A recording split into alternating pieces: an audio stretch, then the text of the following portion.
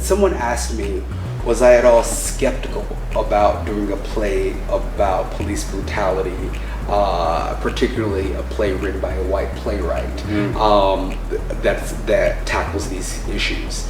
And this is not my first play that is a two-hander by a white playwright that deals with not an interracial relationship, but the dynamics of a black and white person, written by a white man in particular.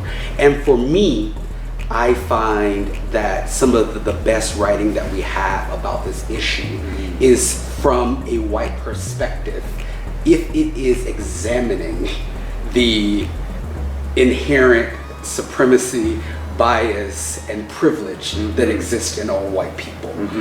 So if I see that on the page, I ultimately am drawn to that kind of work because it is a self-examination that I feel white playwrights have not done much in the 20th century and starting to do more in the 21st century, but it is still a rare thing. And I feel like, particularly from my black experience, that I've seen a lot of writing from our perspective about the oppression and about how we exist in this world.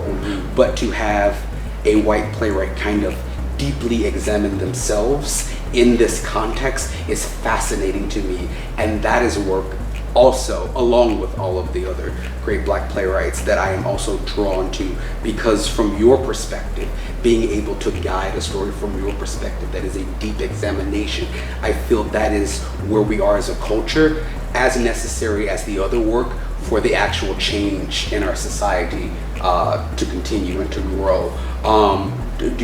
Does that make sense to you? It makes complete sense. Yeah. It does, and I'm glad you're seeing all that. I would say, you know, this play, what I hope is it's part of a larger conversation. Yes. That it contributes. It is not a play written by a white male about police violence that needs to come first and foremost. I never saw it that way. Right. You know, I didn't rush to write this. Yeah. And you know, I think the first thing we needed to do was, in my perspective, live in New York, based in Brooklyn, was to see plays by artists of color, to feel the pain, the outrage, and experience that. Yeah. And then, having seen some of that work, it helped me calibrate how Sheepdog might be part of that conversation in examining.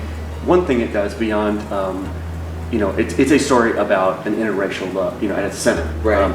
But it is also, for me, a personal examination of my upbringing, having grown up in a conservative part of California, and with, I would say, surrounded by a conservative idea of law and order, and very, very pervasive white supremacist, racist ideas. That only in the last, 10 years have I started to really untangle within myself, and that work will never end.